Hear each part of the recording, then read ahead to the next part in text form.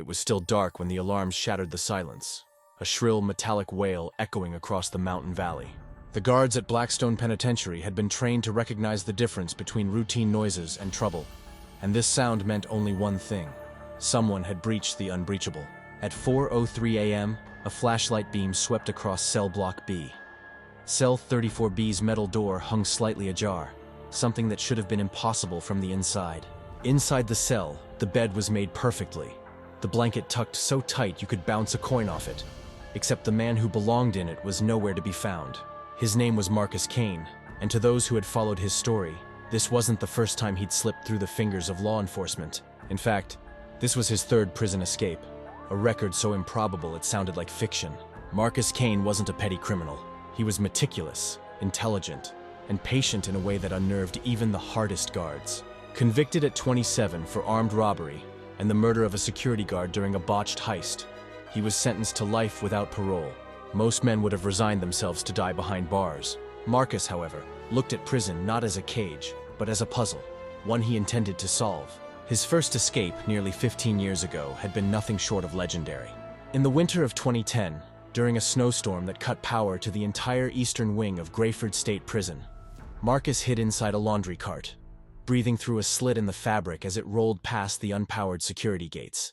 The blizzard covered his tracks, and for 11 months, he lived under a false identity as a mechanic in a small coastal town. He was caught only because an old acquaintance recognized him and tipped off the FBI. The second escape was even bolder. Transferred to a maximum security facility with triple-layered fencing, motion sensors, and 24-hour camera surveillance, Marcus studied the routines of both guards and inmates for over 2 years.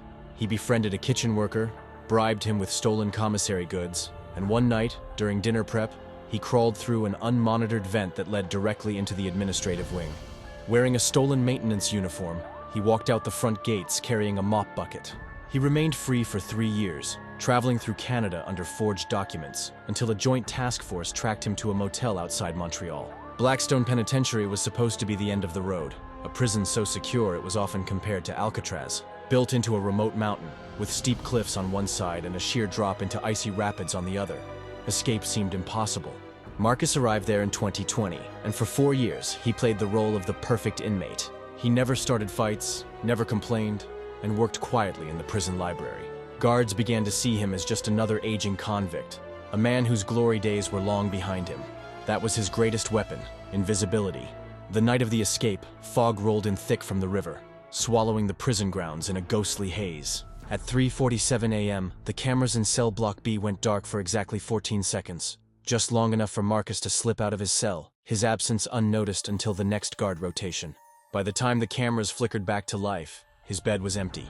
Investigators later pieced together what happened. Marcus had been working in the library for over a year, a privilege that gave him access to the old boiler maintenance tunnels, abandoned decades earlier but still connected to the building's foundation. Over time, using a sharpened piece of metal hidden inside a book spine, he removed bolts from a rusted grate, concealing his work with strategically placed dust and debris.